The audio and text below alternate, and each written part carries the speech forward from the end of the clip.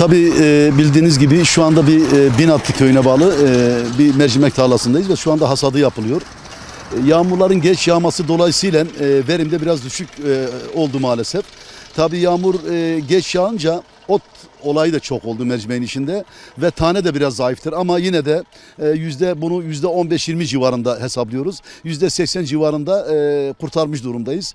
Şu anda yapılıyor. Ya çiftçi de tabii memnundur. Allah korusun yağmur yağmasaydı emin olun bu memlekette kıtlık olurdu. Bu sadece mercimekte değil. Hem arpada hem buğdayda önümüzdeki hafta sonunda arpa hasadına başlayabiliriz. Ondan sonraki hafta buğday hasadına başlayabiliriz. Ama genel olarak baktığımız zaman ürünlerimizde bir sıkıntı söz konusu değil. Evet %10-15 civarında bütün ürünlerde bir verim düşüklüğü söz konusu olabilir.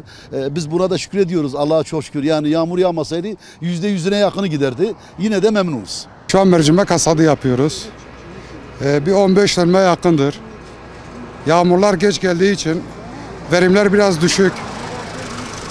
O yüzden çiftçilerin desteğe ihtiyacı vardır.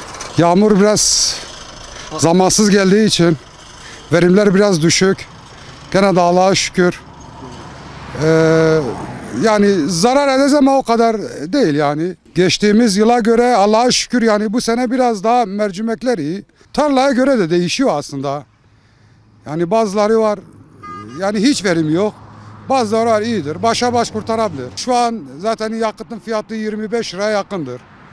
Traktörler sürekli boş durmuyor. Çalışıyor sürekli.